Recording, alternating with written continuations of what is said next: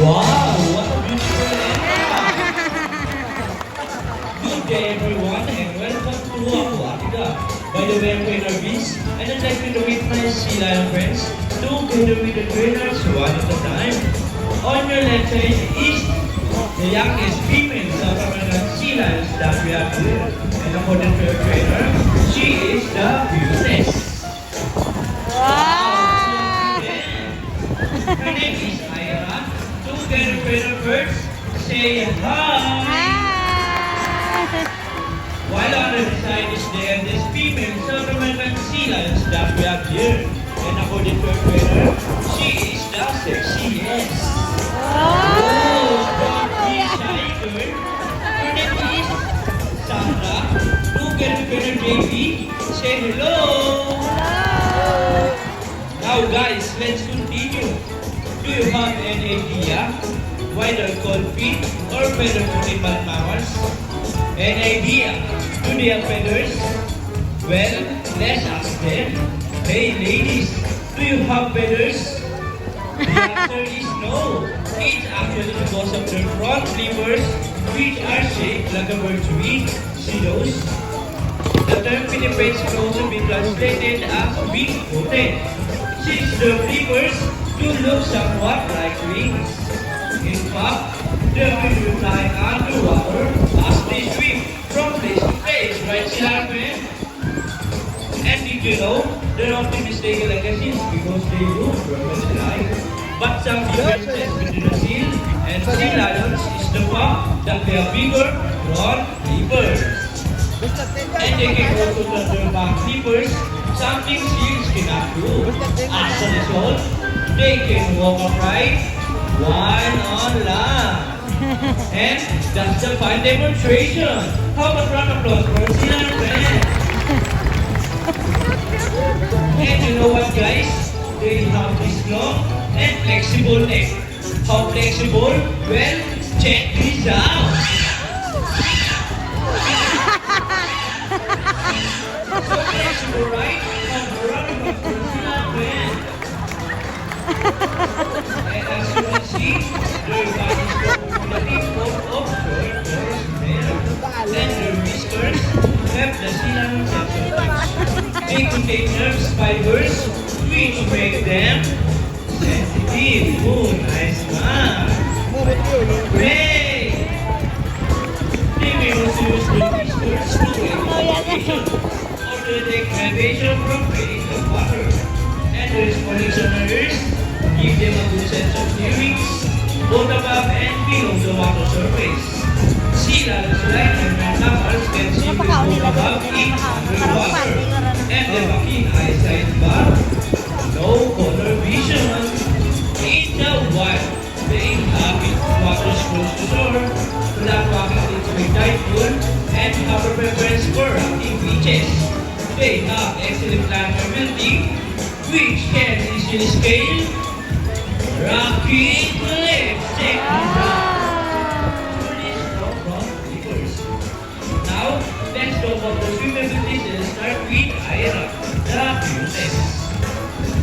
Sea lions can generally cruise at about 11 miles per hour using the moving movements of their front flippers, while their back flippers are swept up behind their bodies, functioning as rudder for steering.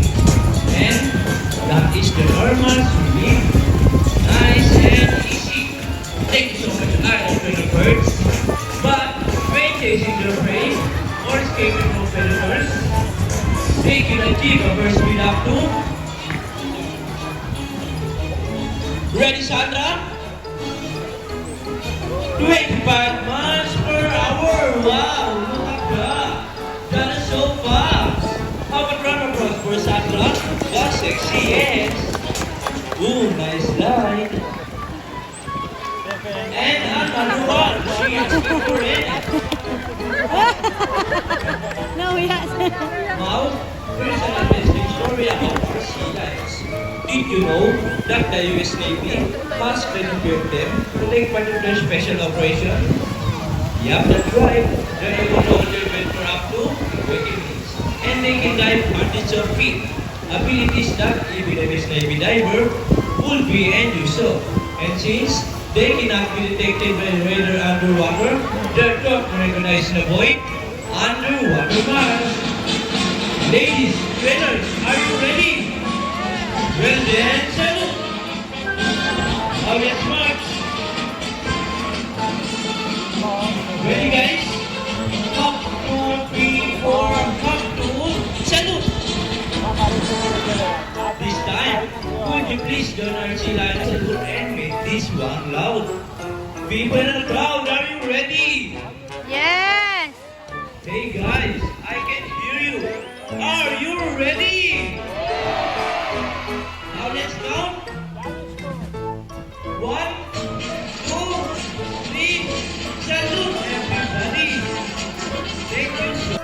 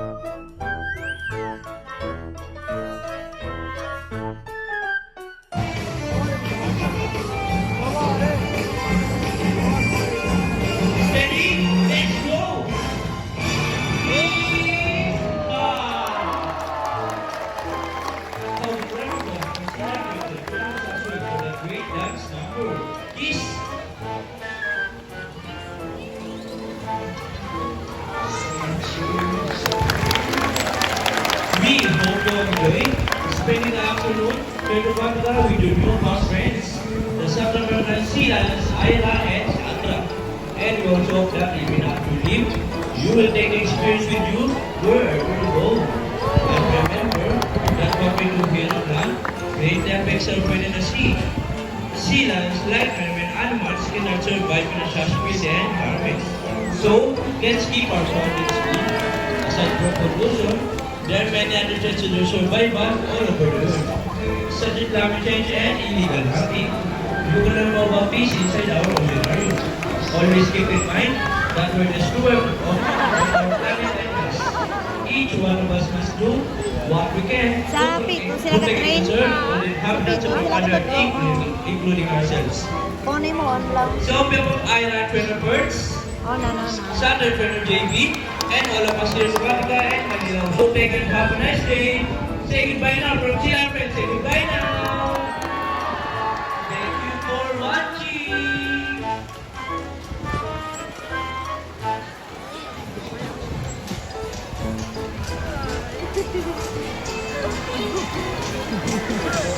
Ay, sobrang sakit. Pwede na sila. Sila mo yan?